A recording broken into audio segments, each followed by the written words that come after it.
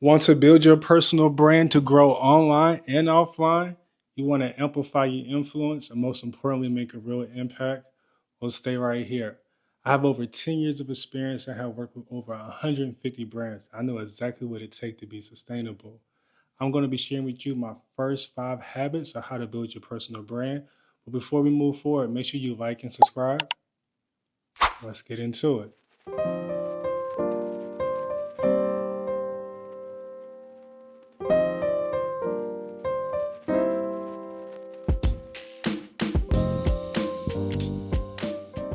What up, though? And welcome back to the most interesting gentleman alive. I'm TPG, lifestyle connoisseur. I've been running my personal brand for over 10 years, and realistically, even longer than that. I mean, just think about it. Since you're a kid, you have a personal brand, what you're known for. I was always known as like a helper. My mom always had me as raising me as a gentleman. It didn't matter how many bags I had in my hand. I gotta put them down and get the door for her, and that was the foundation of it. From there, it grew to me playing sports, playing basketball, being known as a good athlete. And so I branded it. I started dunking in 6th grade. I started slapping Airberto on everything. Yes, that was my nickname, but I'm telling you, dunking in 6th grade back then was something. I even got a YouTube video that got thousands of views from back when I was in high school. I mean, in middle school. And that was pretty cool. And from there, I just knew that basketball was going to be my future. And I wanted to go and do something else that would expand my horizon. It was more of a calling, and that was Morehouse. Wasn't familiar with Morehouse, didn't know much about it. When I started learning about it, I'm like, this is an international headquarters for male achievement. I gotta go there. And I started learning about the different graduates from Edwin C. Moses, who's a Olympic gold medalist, to David Satcher, who is the first U.S. Surgeon General. I actually met him. He's class in 1963. I mean, from Samuel L. Jackson to Spike Lee, they graduated in the 70s. I mean, all these people, and I even mentioned Dr. King. I'm like, oh, I want to go to Morehouse. This is a tradition. This is the heritage, history, lineage I want to be a part of.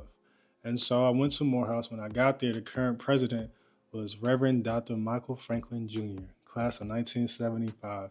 This man was sharp, clean, every time you saw her. And I'm like, oh yeah, I like that. And he had these 5 wells that was well read, well spoken, well traveled, well dressed, and well balanced.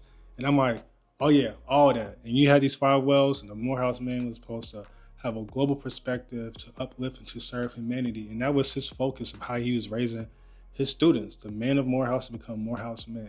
Yes, there's a difference. And I'm like, okay, I'm taking this and I'm making this to TP Gent, the perfect gentleman. And it started off as a perfect gentleman. And I got to tell you how it started, but it started off as a perfect gentleman. Then it went to TP Gent. Then it went to TPG. And now some people even call me TP or T. Like it went all the way down to that. But that was my brand. And I put just like Airberto. Airberto, I used to have my Nike IDs. I used to have all my shirts, my jersey, my fitteds from Lids. And just like that middle school hooper, I branded myself in college as TPG, and I put my name on everything. It don't matter if it's on Twitter, stickers, you name it. I'm slapping it, I'm putting it, and I'm getting myself out there. And this is 2011 up to 2014, and that's when it really started to pop off. Around 2014, I got a logo made. My boy Benjamin Howard, he from the D. He went to Morehouse, made my logo. I mean, I remember sending him the email. I remember putting like the details and the pictures of how I want this to look like.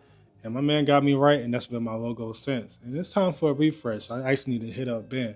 But these are the ways that I've built my brand, and these are the ways that I want to share with you how to create these 5 habits of how you can build your personal brand. All right, so step one. The first thing I want you to do is to define your values and your mission. Who are you? Right now, you're focused on where you want to be at, but who are you right now? And what has transpired to get you here? What has shaped you and molded you into the person you are today? That's going to help you pick a direction of how to build your brand, or what you want to stand for, what you want your values to be. Why do people come to you? What are you known for? When people speak about you, not just in front of you, not just in the comments, but behind closed doors, when they're referring you for different opportunities, how do people speak about you? That's what you need to focus on right now, is your value and your mission. All right, the second thing is consistency.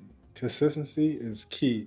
And I know that's general, but it's real. Consistent content, consistent content, consistent content, consistent growth, consistent Branding. I'm supposed to be posting 2 videos a month, consistent content.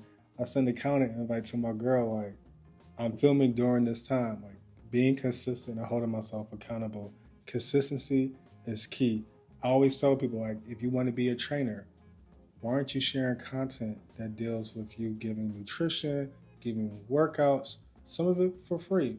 We all see it, but this was during that time. That was my idea when I was building my brand and how to build consistency. It was dressing the part, looking the part, talking the part, being engaged, being involved. We'll get more into that, but number 2, consistency. Invest into quality content. Content is king, is key, and queen. It's all the above. Quality content will separate you from the rest. When I was transitioning, I started off as a blogger, went into Instagram. The whole Reels and TikTok, it took me a moment. I did want to adapt at first, and I felt as though my medium was in photography. I have my camera here, I travel around the world. I'm a published photographer as well, on top of other things. And I like stills, static images. I thought that really meant something. And when this short form content came in, and I seen all these little videos, day in the life, and people showing you from 7 a.m. to 9 p.m., I tried a little bit of it, but it wasn't my thing. However, I stuck with my content, took a little break, but now I'm coming back. And even while I'm here on YouTube now, quality content. Okay? Just remember that. Quality content, that's number 3. All right. Number 4. This is one of my favorite habits. Engage online and offline. Listen, online is great. Online is cool. Make your content, get your awareness, get your bread. But building community or meeting people in person would never be replaced to me. That's something that I value. I will go out, meet a few people, join a group or a club, meet a few people. Next thing you know, everyone's following you from that group. And over a period of time, you're building a community that has met you and not just following you because they came across your stuff online. And I think that actually plays a different part of how people feel or engage with your content. They have a way to engage with you. So I even started my own series called Elevated. This is my elevated lifestyle series that I do. I do dinner series, social series, we done wine tours, as I alluded to before, and on episode 1. But getting in front of people to me will never be replaced. Even with all this AI stuff coming out and it's continuing to progress, in real life interactions will never be replaced. Will never, never, ever, ever, ever. Unless we can't, like we had COVID, but outside of that, we missed it. We went crazy online, and now people are starting to dial back and focus more on community. So engage with your community, man. Get out there and meet people and get from behind the screen. All right, number 5. Leveraging your relationships and partnerships. This is a big one for me because I wouldn't be sitting in this chair today. As I said, the reason how my whole life changed in my episode number 1, it was because of a relationship. Relationship and partnerships, collab with those, your peers. Collab with those who have same values and ideas. Because you know your mission, because you know your values, find brands and people that fit in that space. That's online and offline. That's a club, there's different micro groups, communities.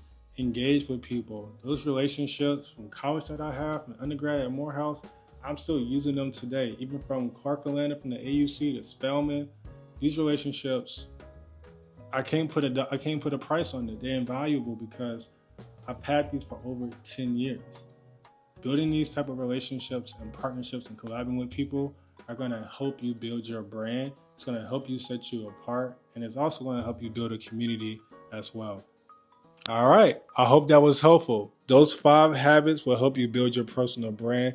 It's helped me tremendously, but that's not it. I have 5 more for you in part 2. Make sure that you subscribe, that you like, so you be notified that part 2 of episode 2 has dropped. And I look forward to talking to y'all then. All right. It's time for part 2.